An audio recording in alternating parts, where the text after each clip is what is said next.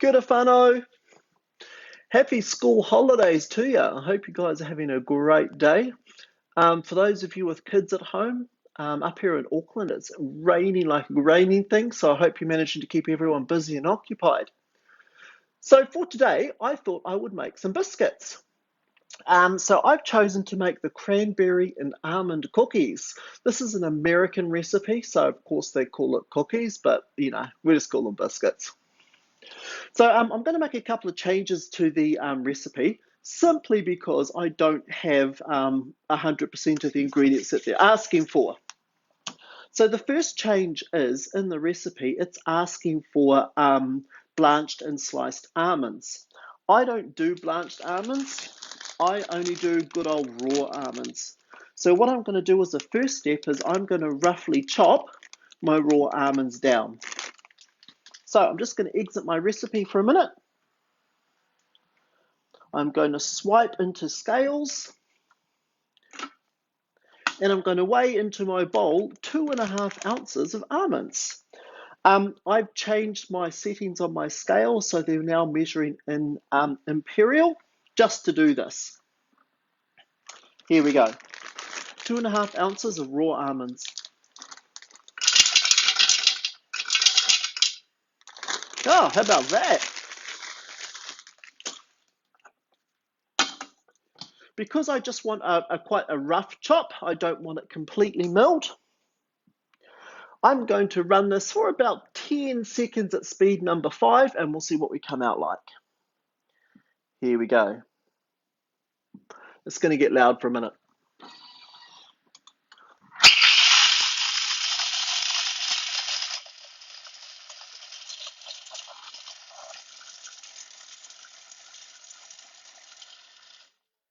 Alrighty, let's have a look, see what we got.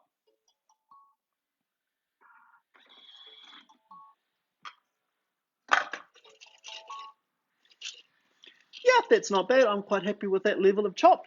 So I'm just going to put these into a bowl and we're going to use this later in the recipe. So one of the key differences with using raw almonds instead of the blanched sliced almonds is obviously we're going to keep the skin on it. So what that's going to mean is that we are going to have a bit more of a different colour for a start, but we're also going to have a bit more of a sort of a wholemealy type of flavour going on. So there's my chopped almonds, roughly chopped. I'm just going to go back into my recipe and let's start cooking. Because this is an American recipe, as I said before, my scales are automatically going into imperial weight. So even if I hadn't manually changed it to weigh out my almonds, it would still be happening.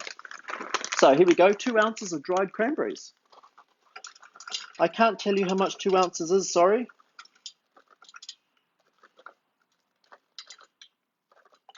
These biscuits are going to be so yummy. Cranberries are so good and they're really quite sweet. So in go my dried cranberries. And we're going to chop this down for 10 seconds.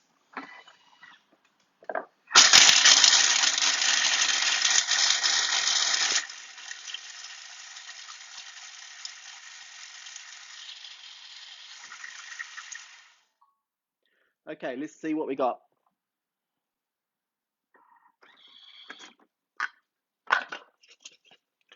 So it's nicely chopped down. And now I'm just going to add these to my 2.5 ounces of roughly chopped almonds.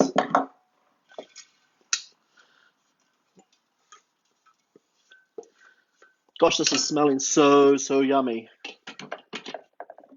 There's something about cranberries. They really make me think of Christmas or Easter. It's just those lovely sort of fruity smells that come off it. So that's our mixture ready to go. So into my bowl now, I'm going to add 4.5 ounces of plain sugar. Here we go. Okay, a bit much.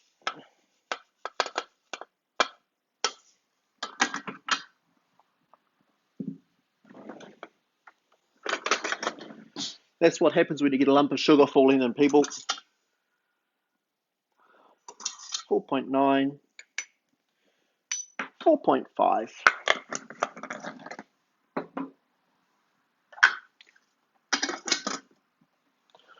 And now we're just going to mill our sugar down so we almost get almost like an icing sugar consistency. So here we go, 10 seconds at speed number 10.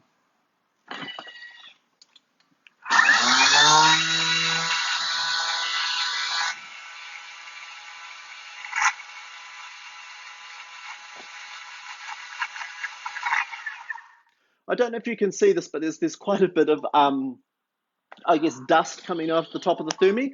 We call that the angel share, or optimistically that the calories escaping. So what we've got now is icing sugar. Oh my goodness, there are a lot of calories escaping.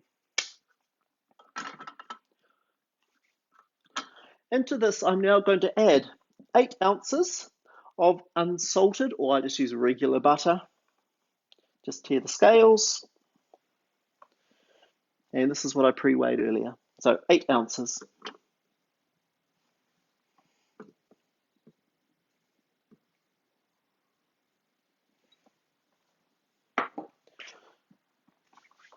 I'm also going to add the orange, the zest of 1 orange.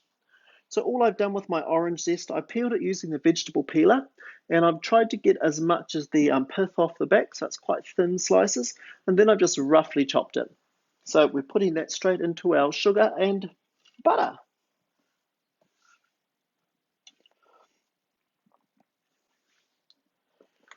Half a teaspoon of cornstarch,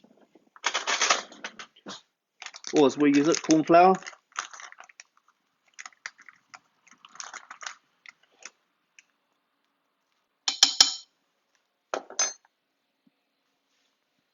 Put the lid on. This is now going to mix for 30 seconds.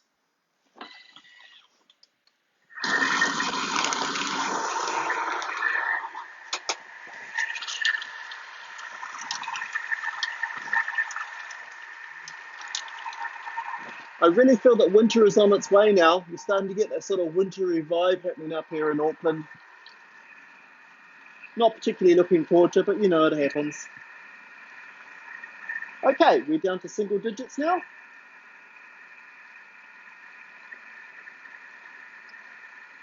Alrighty. If I'm converting a traditional cake recipe to a Thermomix recipe, I typically use speed number 4 when it comes to mixing everything together. Oh wow, look at that. So it's a really beautiful icing sugar type of flavour coming off. Looks absolutely amazing.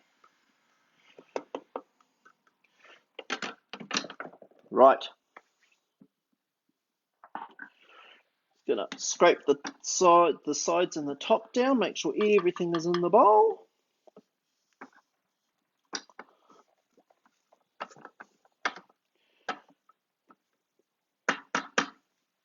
And then that's going to go again for another 15 seconds at speed number 4. Hey guys, thanks for joining me. So I'm making cranberry and almond biscuits today. As I said when I started, I haven't quite got all the ingredients, so I'm doing things slightly differently. I know that's really going to surprise you. So we're just doing our second mix.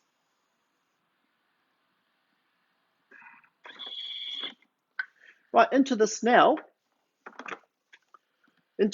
what I'm going to add is 12.5 ounces of flour. Sorry, I can't tell you how much 12.5 ounces is. But because it's an American recipe, my Thermi automatically changes the scales for me, so I don't need to worry about that. So 12 ounces. This is going to make about 30 biscuits, so it's going to keep it stocked up for a while. It's good for entertaining over the school holidays too, by the way. If you're expecting visitors coming in, nothing like homemade biscuits.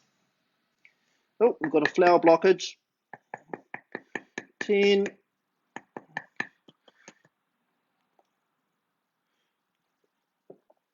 It's not my day. This is what happens when you play loose and wild, people. And 12 ounces. Alrighty. I'm not adding the 3/4 of the teaspoon of the almond extract. The reason I'm not doing that is simply because I'm using raw almonds instead of the blanched almonds. So we're going to get all that extra flavour coming through from the almond skin.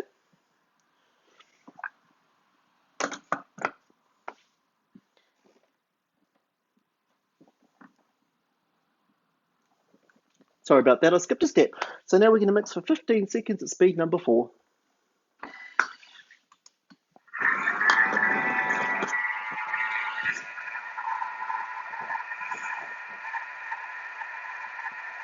Have any of you guys made these biscuits before? I can't wait to try them. They're going to be quite yummy.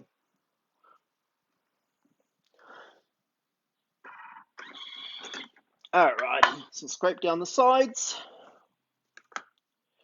So what happens with the thermi is that obviously when you're mixing, a lot of the dry ingredients get thrown up along the sides of the bowl. So we just need to put that back down again so they go into the blade. So at this point, I'm going to add my cranberries, and I'm also going to add my roughly chopped natural almonds. So they're going in there. So altogether there's 5 ounces, and that's both of them.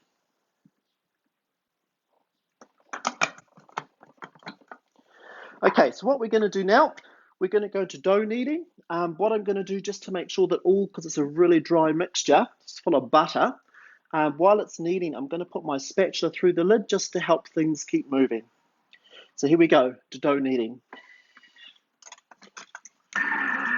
So you'll notice as it's doing this, the motor will start and the motor will stop. And that's just basically to go forward, to go backwards. And it's the equivalent of about 10 minutes of hand kneading, so it's a great way to get your dough made up. I quite often use this for making my bread, so even if it's not a Thermomix recipe, I just shove all my ingredients in there and let the machine do all the hard work for me. So much easier. Okay, that's looking quite good. It's coming together. This is going to be quite a dry mixture. So while we're kneading, I'm just going to remind you guys that tonight at 7:30, we have got a online cooking experience running. So this one is going to be an Anzac themed experience. So it's your chance to see a Thermomix doing multiple dishes online from the comfort of your own home. So on the menu tonight, we're doing an Anzac slice, which is very similar to Anzac biscuits, which by the way, I'm making on Thursday. Jump online and come and join me. We're doing a baked brie. So baked brie is a beautiful dish. I see you agree. And the baked brie is just really, really good, especially with homemade biscuits. It's just phenomenal. Such an easy dish. And then we're going to be doing a chicken and sun-dried pesto salad. So all those 3 dishes are going to be demonstrated tonight. If you're interested in watching the demonstration, get in touch and I'll send you through the Zoom link. It's going to be a great demo. Alrighty, so our dough kneading is almost finished.